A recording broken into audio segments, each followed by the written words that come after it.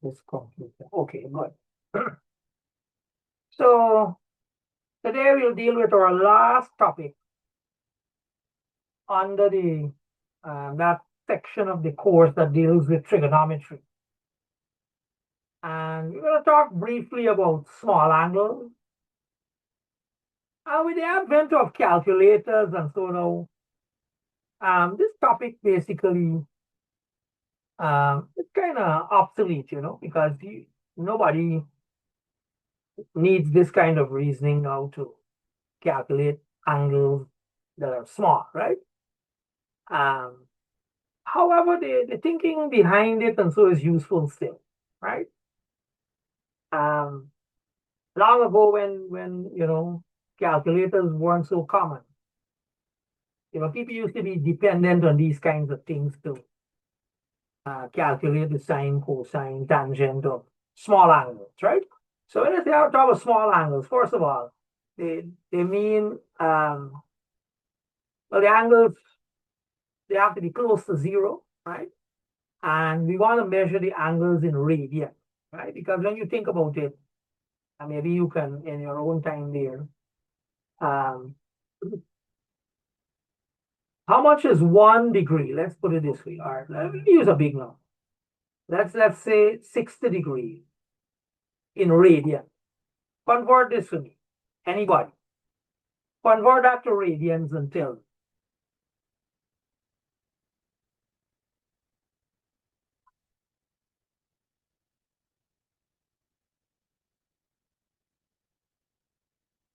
Somebody is doing it?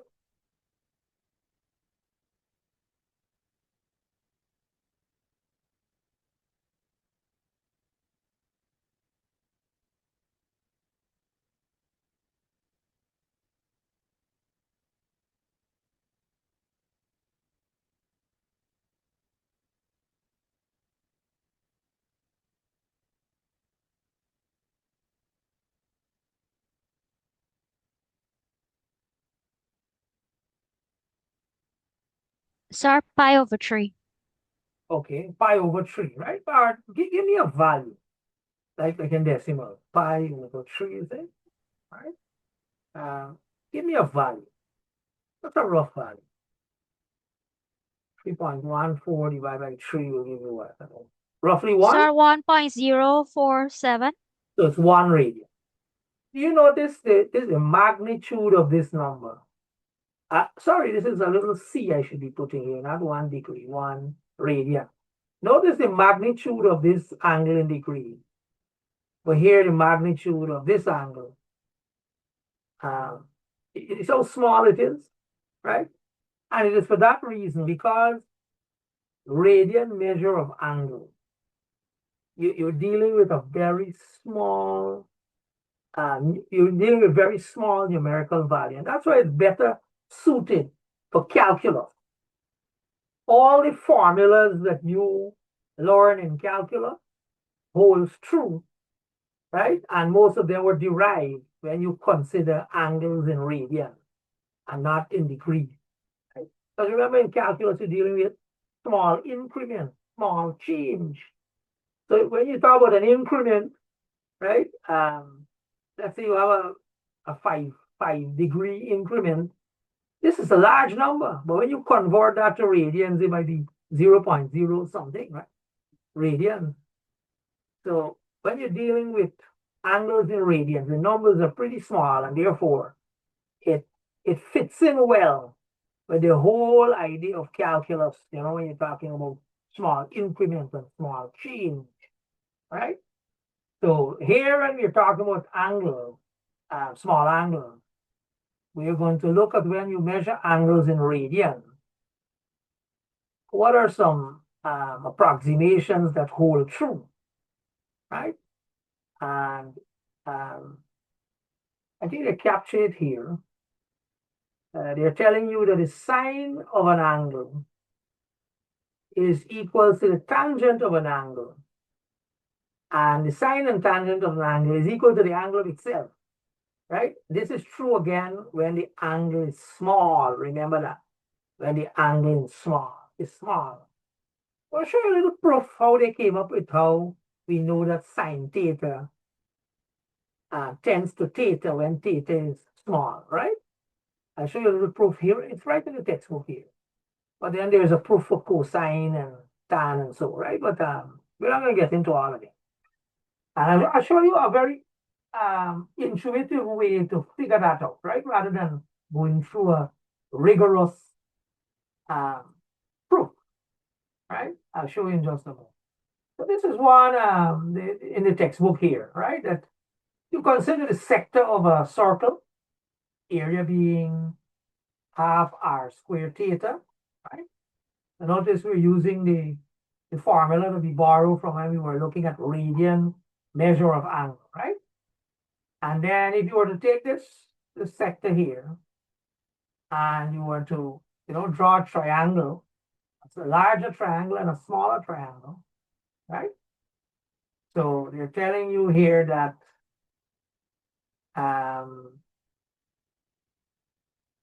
which one going to be the larger one? I think this one will be the larger one. Half r squared tan theta is going to be the larger triangle, and the smaller one is going to be half r squared sine theta, right? I wonder if you're figuring out that.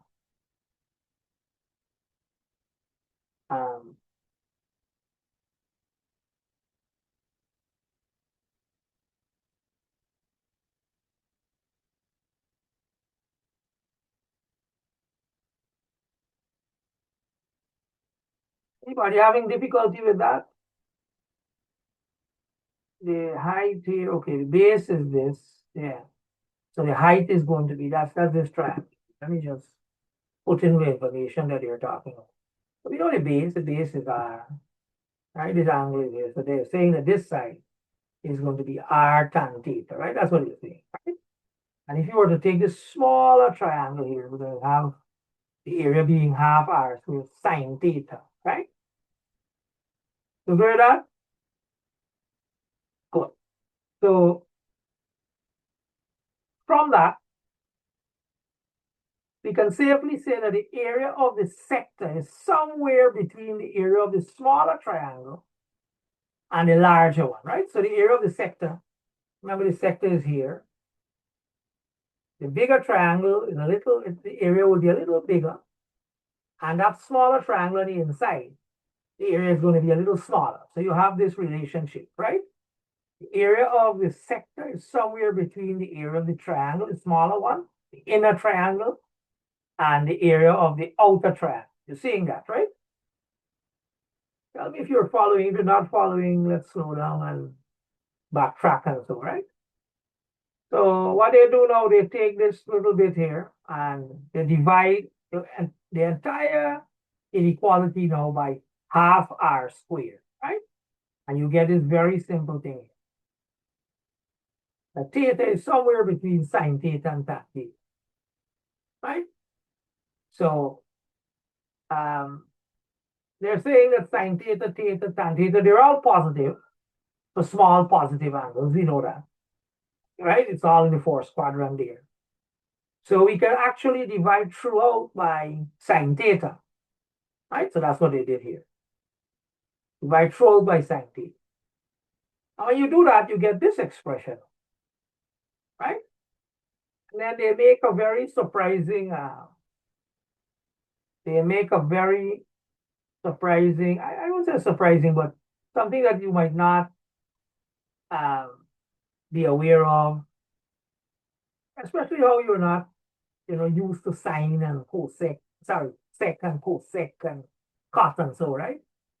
So they're telling you that sec theta tends to 1 as theta tends to 0. Right? Now, where they got that from? Well, from your knowledge of the cosine curve, right? You all know the cosine curve, right? Cosine curve comes like this here. So as theta tends to 0, theta tending to 0, cosine of theta tends to 1, right? You agree with that? As theta tends to 0, cos theta tends to 1. That comes out here. As you approach 0, the cosine of 0 really is 1, right? But I'm not saying equal to. As theta 10 to 0, cos theta 10 to 1. But you know that sec theta really is really 1 over cos theta, right? So it therefore means then that, okay, as theta tends to 0, this cos theta tends to 1. So sec theta then would be equal to 1 over 1, right? I can use 10 to, I can use the arrow instead of equal. You think I'm confusing it. So sec theta definitely tends to 1 as theta tends to 0, as you're seeing here. That's the statement they're making, right? Good. So in that case, they're telling you then that, well, okay, if that's the case, that this expression theta over sine theta lie between 1, that's this one here, and a number that approaches 1. So for all practical purposes then, theta over sine theta tends to 1, right? Because it's sandwiched between 1 and a number close to 1, right? So with that, then we can simply, we want to carry that over there, and you will have what? That the limit of sine theta as theta tends to 0 is equal to 1, right? And they're telling you that, well, okay, you can go in and not take this, the beginning here, and go in a different direction, and you will figure out too that tan theta also tends to 1 as theta tends to 0, right? I'll show you from a graph just now, where it's much clearer rather than this proof. And then there is an identity that we learned earlier, connecting, I think, the identity is what? Cos 2a equal 1 minus 2 sine square a or something like that. There's an identity like this we dealt with.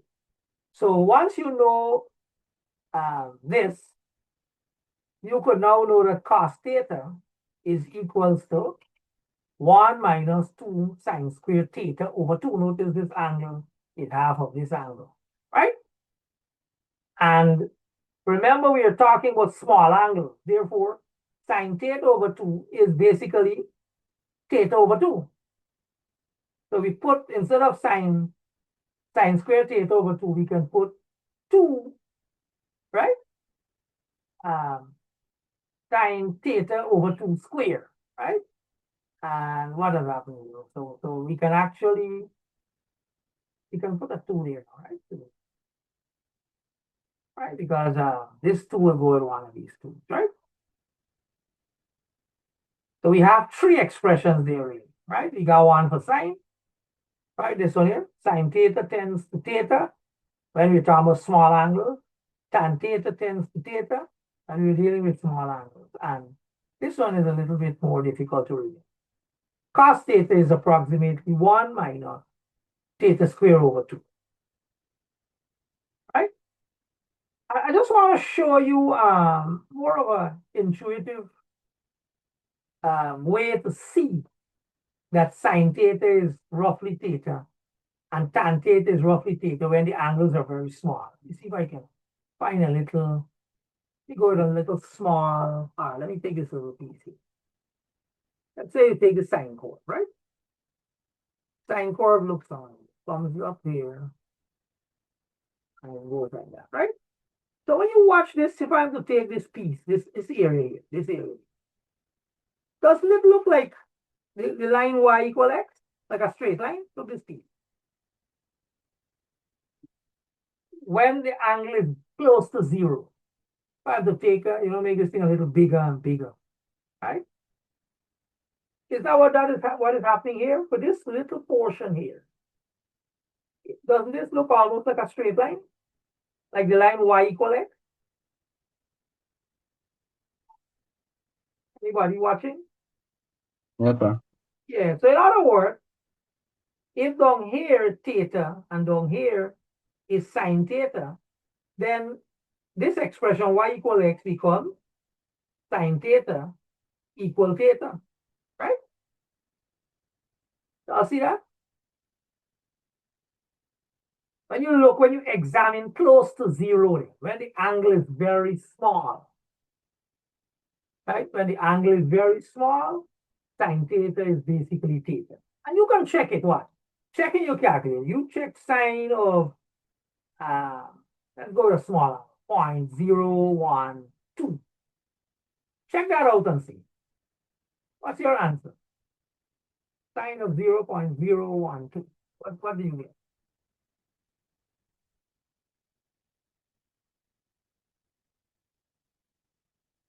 Oh, and you're working in radians, right?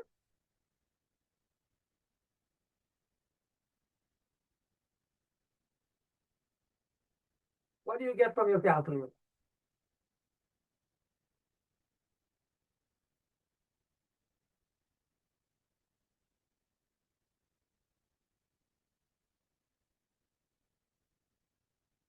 Anybody punch it in the calculator? Sine of 0.012.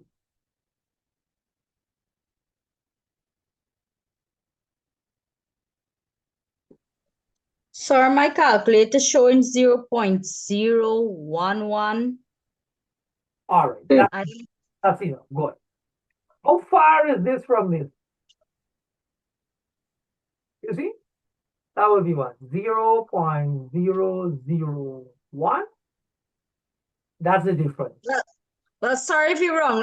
It will actually be 0.012. Oh, if you're wrong this here? Yes, it'll be, yes. Well, look at that. I didn't wrong it. Yeah. So you see, it's basically the same when you're dealing with small angles, right? Yeah. So that makes sense. Go back to, okay, let's go to let me use the tan maybe. I'll erase this stuff. Erase this stuff. And let's look at tan. Again, those of you probably remember the tan curve. All right, I'm going close to zero again. The tan curve is going to come like this. Go up like this. Oh my, not nice. I'm terrible at. Oh. Oh.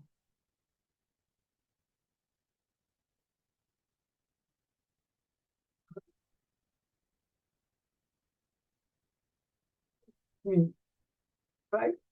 So again, if I were to maybe blow up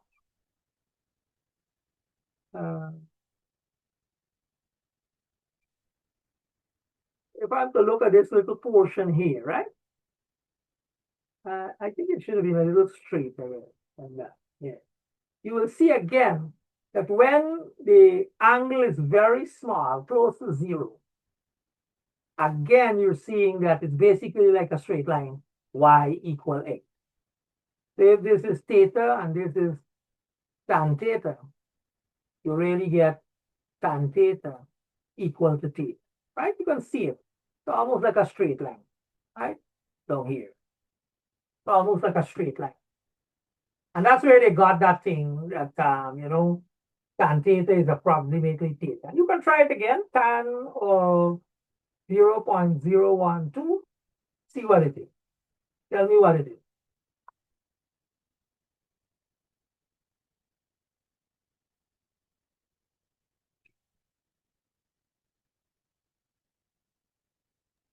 So it gives the same thing. You see? Yeah, roughly the same thing again, 0.012. Yeah, right? And it is true. It is true. So when you're dealing with those small angles, yeah, that's a fact. Right? And they're telling you that these approximations work well between like minus 6 degrees and 6 degrees, or between this small value of, and you measure in radians, right? Yeah, long ago, let me tell you, the world has really gone far, right? Long ago, you hadn't calculated so much, right? I remember when I was writing exams, and around that time, as a matter of fact, just prior to me, I'm talking about the early 80s, when you write CXC, you have to use what we call 3-figure and 4-figure tables, right? Of course, they had 3-figure tables. Then they had people who sat down and work out what we call 4-figure tables, right? They used to make these little booklets, and when you go in the exam room, they will share the booklets out to you. And you have one of those adding machines, you know, those not scientific calculators, those regular calculators, and you were allowed to have them. And you would take those and you would use the 4-figure and the 3-figure tables, whichever one. And you would normally do your calculation, you know, especially the sine, cosine, logarithms used to be in the CXC. Not CX, I'm trying to remember, we did CXC, yeah, CXC at the time. Still CXC. Yeah, GC just before that in the 70s. Yeah. So you come up far away, remember? A 4-figure table was so prized. Because when I saw the thing, I marveled at the thing. I said, man, I got to get one of this thing. Because it was like, you know, if you have a computer these days, you know? Yeah. I remember when I had it, and so I posted to all my friends that I had a 4-figure table, and they all gather around me to see it. And so, yeah. And later on, I think when I was doing A-level,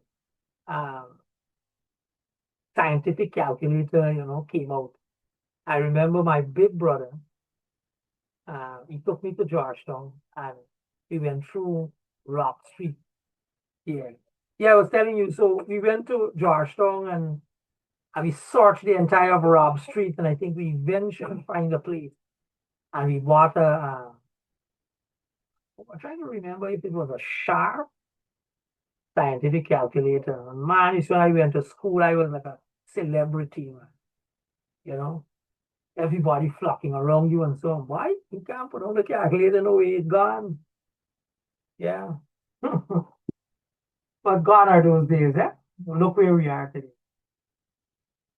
Yeah.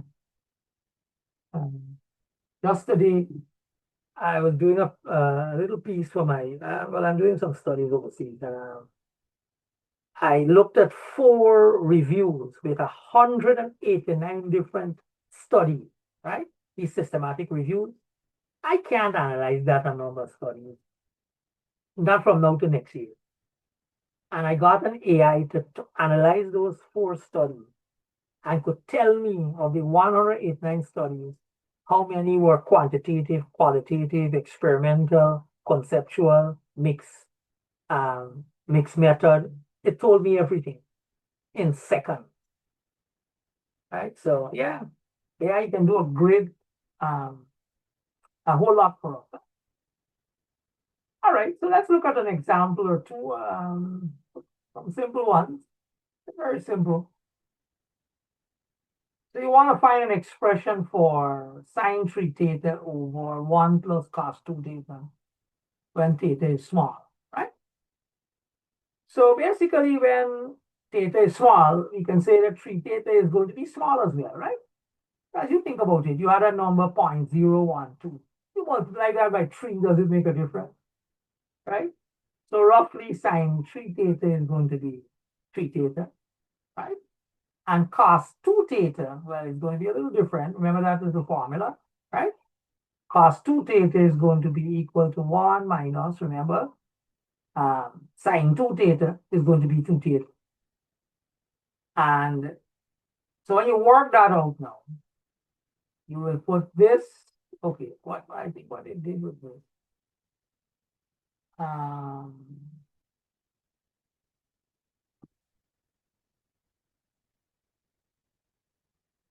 Okay, so you have a 1 plus this, right?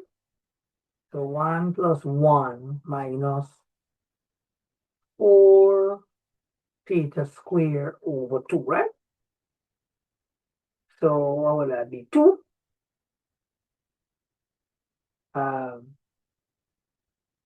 I'm thinking how they got this here. 2 minus,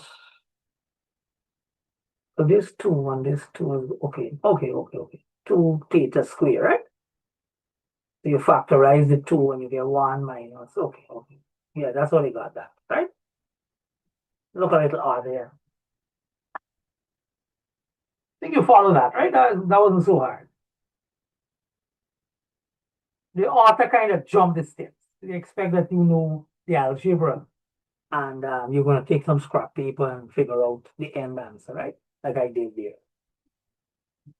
Look at this other one. So you don't have maybe a calculator. Notice it say without using tables.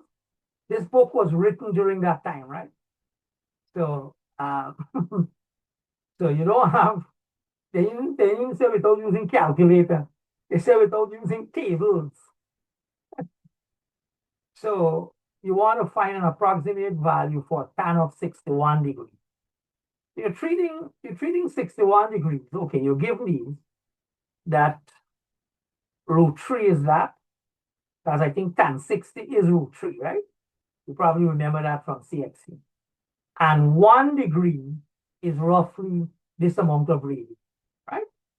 So what we're going to do, we're going to take 61 degrees and we're going to break it up into a 60 plus a 1. Then we're going to use the tan, the compound angle identity to expand tan 60 plus 1. Have it there. And then we can now put all these numbers, right? Tan 60 is root 3. Tan of 1 degree, they leave it there because they're going to change it to radians just now. Then 1 minus root 3 tan of 1 degree. They'll replace tan of 1 degree with 0.017, right? Just now. I think that's what they do. Right? And they simplify it. And you get tan of 61 degrees is roughly 1.802. I think you can probably check that in your calculator.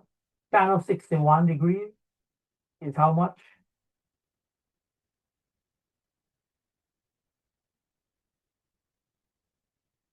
Anybody checking it? See how close it is? So 1.804. Well, look at that. A difference of 0.002, huh? This little difference, right? So not, I mean, I would think you can fly to the moon and land there. And instead of landing where I'm sitting, probably about 10 feet away or 3 meters away, right? Yeah. So it's not such a big error. Right? So yes, we can use those 3 identities. Tan theta is approximated theta. Sin theta is approximated theta. And cos theta is, what was it? 1 minus theta square over 2. Oh my God. Is that it? Yeah, 1 minus theta square over 2. Correct. Those 3 identities, right? We can use them to evaluate very small angles, right? Good, yeah. So these are some nice little exercises. The answers are given, so you can always check them, right? And we actually end there, right? This part of our further properties of triangle is not in your course outline. Just forget from here, right? Your course outline ends here. The trigonometry part ends right here, right? So in your own time, check if you can, try some of these. You can try some of these and check the answer. I gave you the answer at the end of these notes, right? And basically, we have come to the end of the trigonometry part of the course, right? And we are ready for our first test. So the test can be Monday because I was made to understand Monday is a holiday, right? So we're going to have our first test next week, Friday.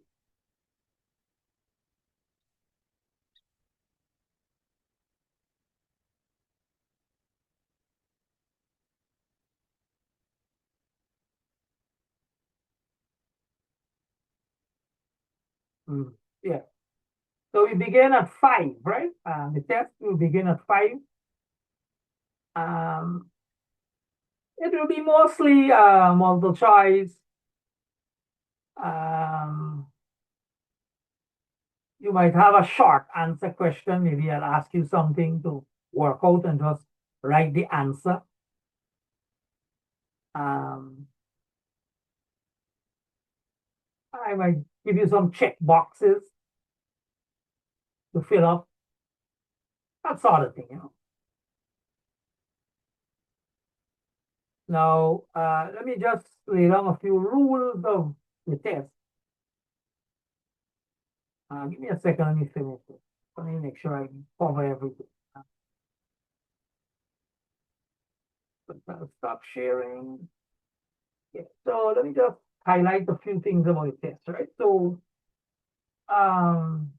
you must be on Zoom to have the test, right? So there are things you need to work out. If you're doing an online program and, you know, you have to have certain things in place, right? So you have to make sure that you charge up your laptop, have your internet ready. In case of there's some issue with your internet, you have to have some data plan story. You know, you have to work these things out, right? Because if I'm to accommodate everybody, I'll tell you what, if there's somebody who ain't got computer, they ain't got phone, they ain't got internet, they ain't got current, make sure your hardware and your software is in order. Make sure you have some kind of, you know, plan in case some reason you don't have current in your area. You got to work those things out, right? So make sure you have those things in place, right? My advice to you, you are not to do this test on a phone. You are to do this test on a computer where you can see clearly.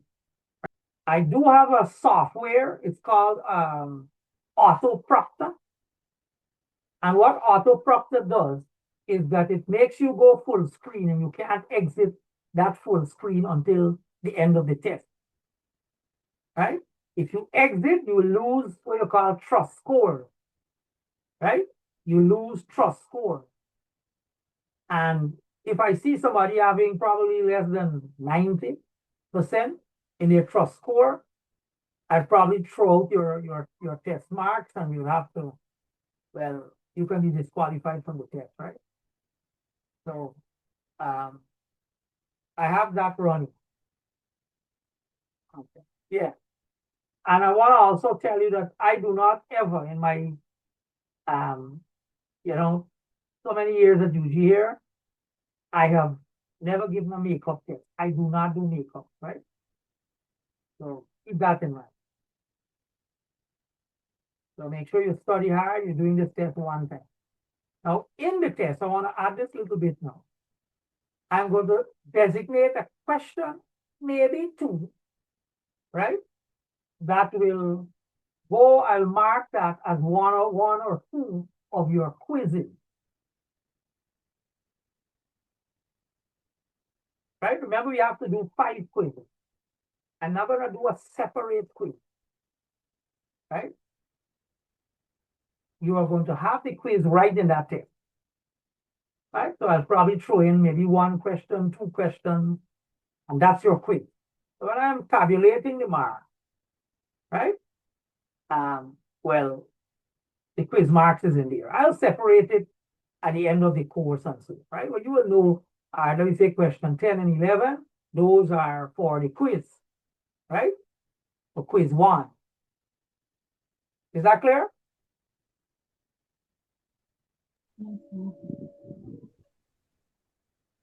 For some reason, I'm not hearing anybody responding. I wanted to hear you. Yes, we did hear you, sir. Okay, good. Do you have any Loud more and questions? clear. Do you have any questions more about the test? All right, thanks, sir, and Questions? enjoy the rest of the night. Yeah. All right, good. See you all, right? Until next Friday.